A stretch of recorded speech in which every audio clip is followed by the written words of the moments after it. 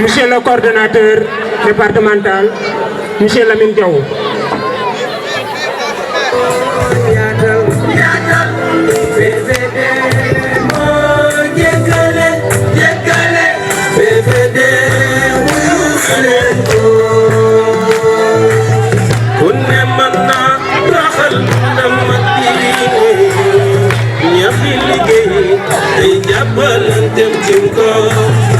baykat bi nappkat bi sàmmkat baa ki jaay dimbali ñëpp ñi jënd ak ñi jaay jàngal xale yi yar leen ba nu ràññee seeni cosaan. salaamu aleykum wa rahmatullah. ñi ngi leen di sant bu baax ginnaaw bi ñu commencé sant sunu borom julli ci yonent bi sallallahu alayhi wa sallam di sant Serigne Touba bu wér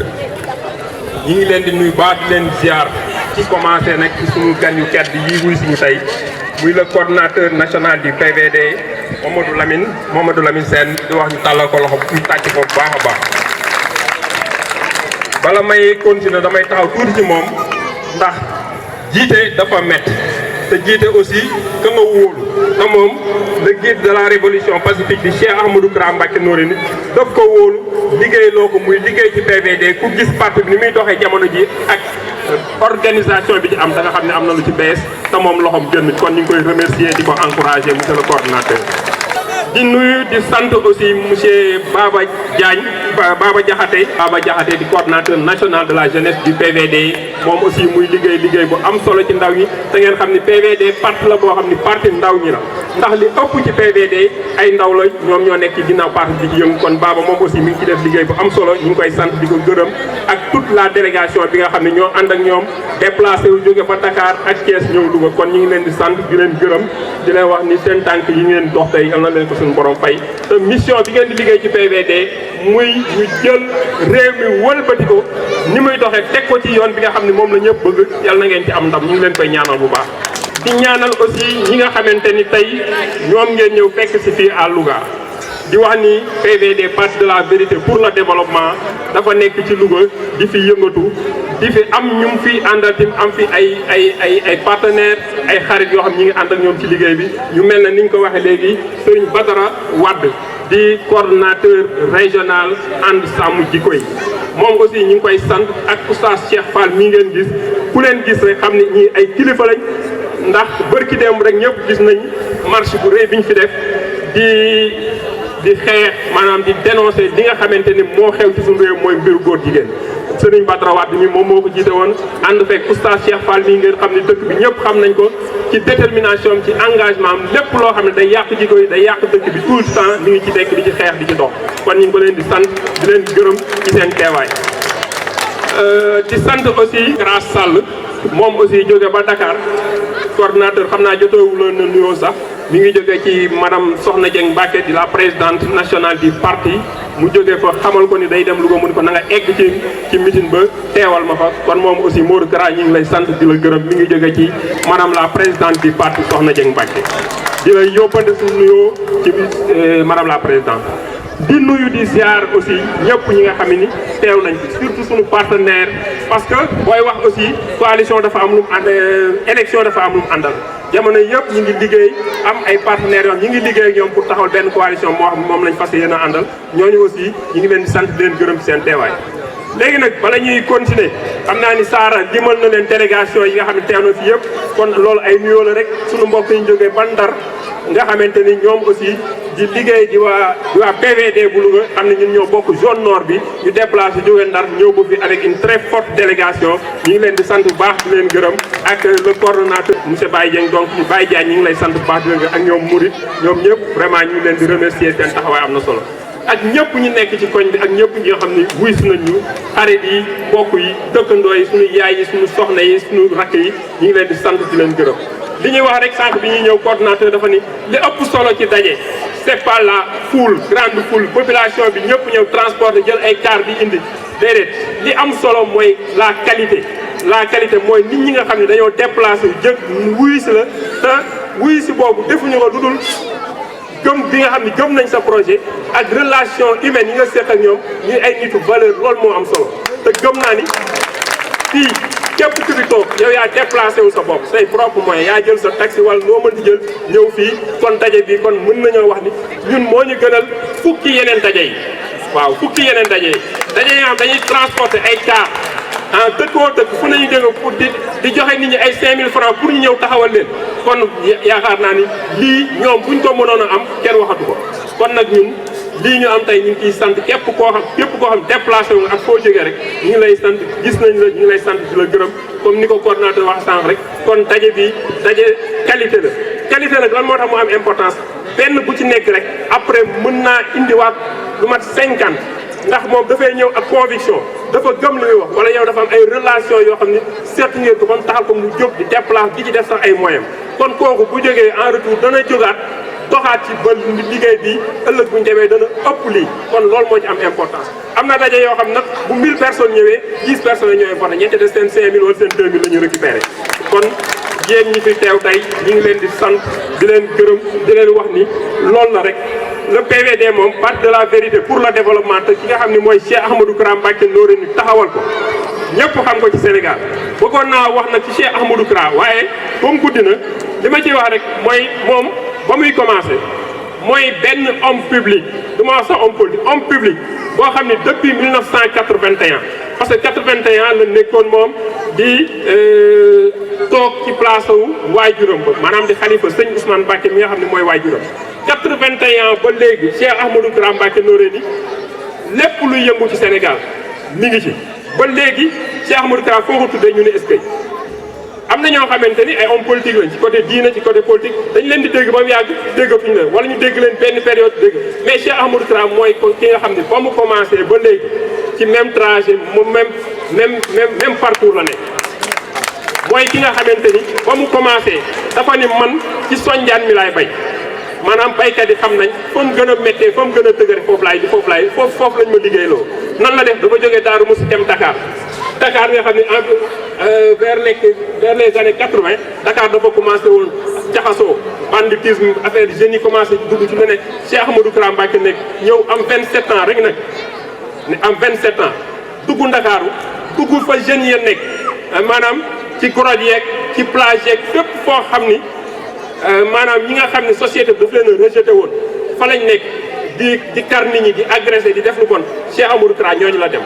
te benn arme la amoon muy baat laa ilaha illallah. jërëjëf Cheikh Ahmadou Kara loolu la def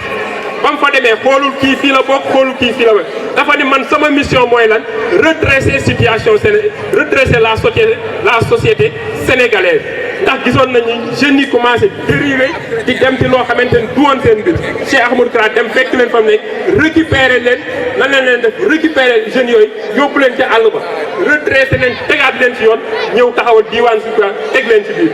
Cheikh Ahmadou Kara Mbacké ñu tuddee ko jamono yi lan la tuddee le marabout des bandits mooy sëriñu bandi loolu lañ tuddee woon Cheikh Ahmadou Kara mu ni man baax na bëgg naa ndax doomu aadama mun ta bon. waaw xëy na yar ba wala leneen moo koy sopp mais mun ta ban jël leen defar ñu dem a dem ba benn moment ñu ni Cheikh Ahmadou Kara Mbacké Noreyni le marabout des jeunes. pourquoi le marabout des jeunes ndax gis nañ ni Cheikh Ahmadou Kara dafa ñëw révolutionner diine ji sax laay wax ndax jamono yooyu tim ay années 80 da nga daan gis mag ñi rek suñu papa yi rek ñoo daan nekk ci ay daayira ndaw yi ñoom ñi ngi ci leneen baali def leneen ak leneen waaye ay daayira jeune boobu amu fi woon daayira takk ndig nekk ci mbedd yi di jàng jeunes yëpp nekk ci Cheikh Ahmadou Kara moo ko fi indi ci tarixa boo mënti bokk la loolu Cheikh Ahmadou Kara moo ko indi Sénégal année yooyu Dakar boo fa daan bu la fa fête Noël daan fekk 31 décembre wala 24 dangay mel na dëkk bi lay toj Cheikh Ahmadou Kara nan la def ni 31 décembre feetu ndaw yi la kon man sama fête la woote ci stade bi gën a mag Dakar ni ndaw yëpp na ma fay 31 décembre amatul Sénégal yéen a ngi gis est-ce que fête 31 décembre yi mu fi am amatu fi vacances ay fuural ñun lañ daan dem ak yu ma xamul koñ boo tull fuural est-ce que fuural amatina xale yi nekk fi xamatuñ ko loolu kan la Cheikh Ahmadou Kara Mbacké Noreyni ñu tuddee ko le marabout des jeunes muy orienté nag ndaw ñi li ko taxoon jóg nekkul kii murid la wala kii de ndaw yëpp léegi ci tarixa boo mënti bokk ndaw yi ñi ngi góorgóorlu ci seen diine ñi ngi góorgóorlu ci jub te loolu Cheikh Ahmadou Kara mooy pionnier bi kon moom il faut ñu xam ki ñu àndal moom ak kii Cheikh Ahmadou Kara lan la. léegi nag bi mu jógee ci loolu lan la Cheikh Ahmadou Kara def créer ay structure Cheikh Ahmadou Kara moo créé diiwaan di ko yóbbu xale yi di leen tàggat di leen jàngal tey am na ñoo xam ne ay jëwriñ lañ ci dina bu ñu la rombee dañ leen di sukkal ñuy jàng alxuraan di wàccee kaamil ay agresseur lañ woon avant ñuy xam Cheikh Ahmadou Kara waaw tey ay kilifa lañ te Cheikh Ahmadou Kara moo leen def noonu. Cheikh Ahmadou Kara bi mu ci jógee lan la def créer ay structure mouvement international Bamba fépp ni leen ndaw ñi bëggatuma ngeen di toog rek naan sama réew lu ma defal déedéet da ngay wax yow lan nga indil sa réew lan ngay apporter sa réew loolu mooy citoyenneté mouvement boobu mouvement citoyen la donc mouvement citoyen kon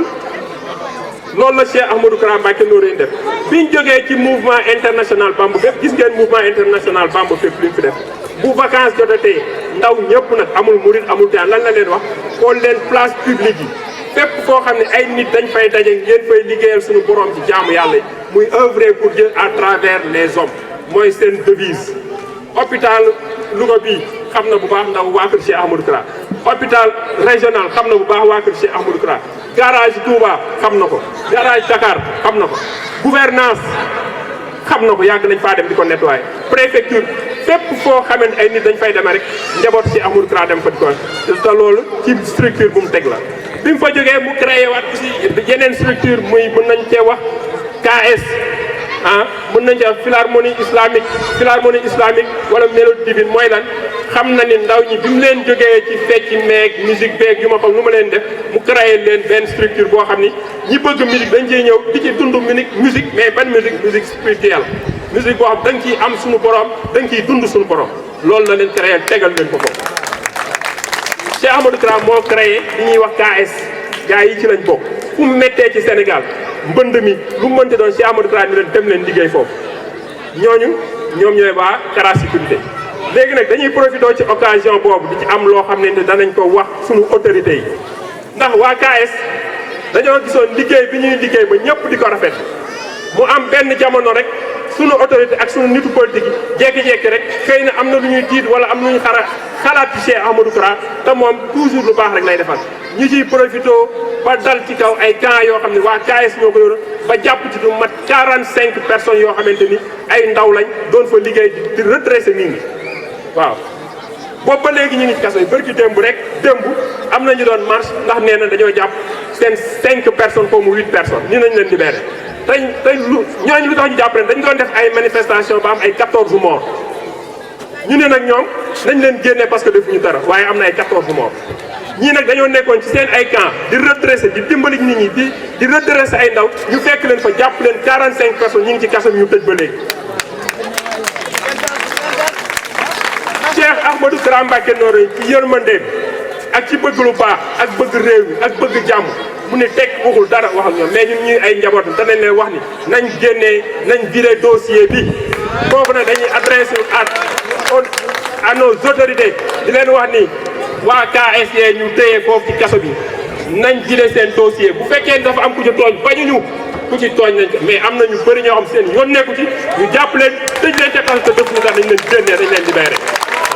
Nous exigeons la libération immédiate des membres de la Kara sécurité defuñu daal nañ leen libéré donc loolu aussi muy message boo xam ni teniroon nañu trop ñu wax